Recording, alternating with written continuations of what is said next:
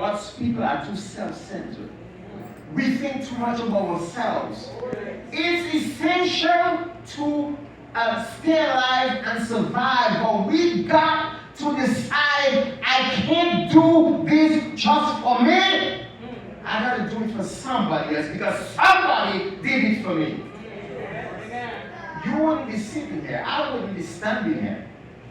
I went to Oakwood University, and there were days, my wife is there, she can tell you, there were days we didn't have a penny. We didn't have a penny. I went to Oakwood as a grown man. I had a wife and 2 sons.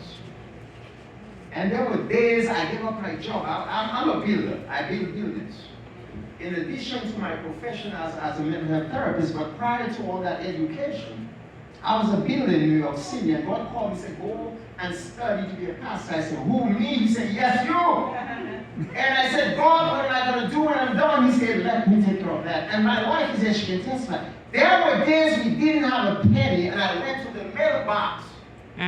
Share with me somebody. I went to the mailbox. And there would be a check standing there, Pastor Luke. Amen. We were thinking about you. And I'm telling you, people sacrifice for us every day. Yes. And sometimes we don't turn around and pay it forward. God's people, as God's people, we got to wake up. Yes. We got to wake up. Listen to me. Those of us who refuse to ask God to take a spirit of selfishness and self-centeredness when the time of trouble comes, I'm telling us now, if we can let go of stuff now, like the monkey with his hand in many of us will want to break free but be too late. Yep. The best way to service is a heart that is uncontaminated by selfishness. Yes. A heart that is unstained by greed and wantonness. A heart that is surrendered to God. Amen. So the service to others is the most noble avocation and profession. Service to others. It doesn't matter what form it takes. If you are dedicated to serving people, it's the most noble thing you can do. There's a lady here. I brought her with me. I don't know if she's in the audience. Carrie Ann. I was at Apple Valley Supermarket. She's here. And I'm hoping that she doesn't feel offended by me sharing with you. But she's there. Downstairs. She's downstairs. She has 2 baby boys. They're both 16 months old. I walked into Apple Valley one evening. I saw this young lady with these boys.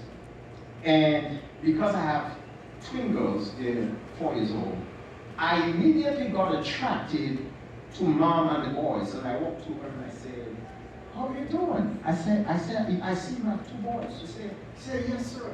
And yeah, I'm doing my best with my 2 boys. So I'm a therapist. I'm a trained psychologist, therapist. So I look for what you call non-verbal cues. I listen, I watch, I observe. And I said to her, tell me, where are you from? Your accent sounds different. I can tell you. So, I'm from Jamaica, sir. I'm from Jamaica, and I'm here to go to school. And so I began to press some questions.